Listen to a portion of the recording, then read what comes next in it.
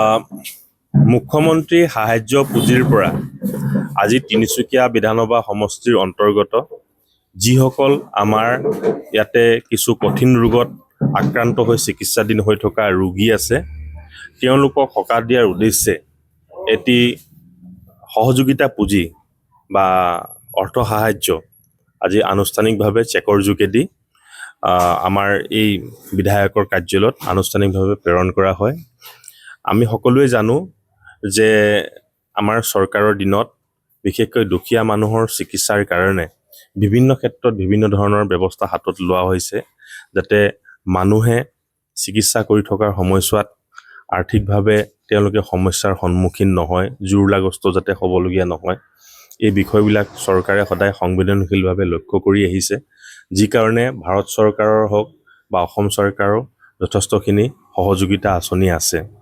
তাৰ উপৰিও মাননীয় মুখ্যমন্ত্ৰী ডাঙৰীয়াই তেখেতৰ মুখ্যমন্ত্ৰীৰ সাহায্য পুঁজিৰ যোগেদি বিশেষকৈ যিসকল দুখীয়া মানুহে কঠিন ৰোগত বা ৰোগত চিকিৎসাধীন হৈ আছে তেওঁলোকক সহযোগিতা কৰাৰ কাৰণে কিছু ব্যৱস্থা হাতত লৈছে।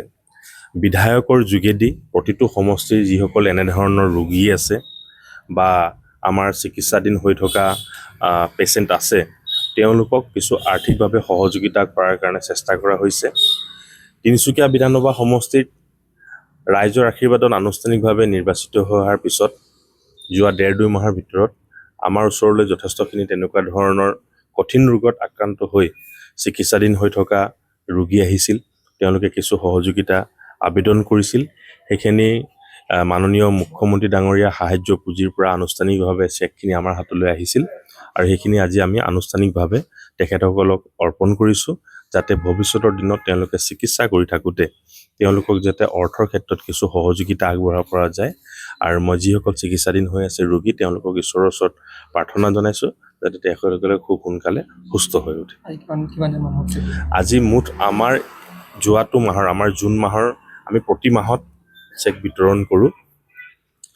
জুন মাহৰ এইখিনি চেক আছিলে আমাৰ, গতিকে তাতে 40জন ব্যক্তিয়ে এবাৰ এনেকুৱা ধৰণৰ আৰ্থিক সহযোগিতা মাননীয় মুখ্যমন্ত্ৰী সাহায্য পুঁজিৰ পৰা লাভ কৰিছে।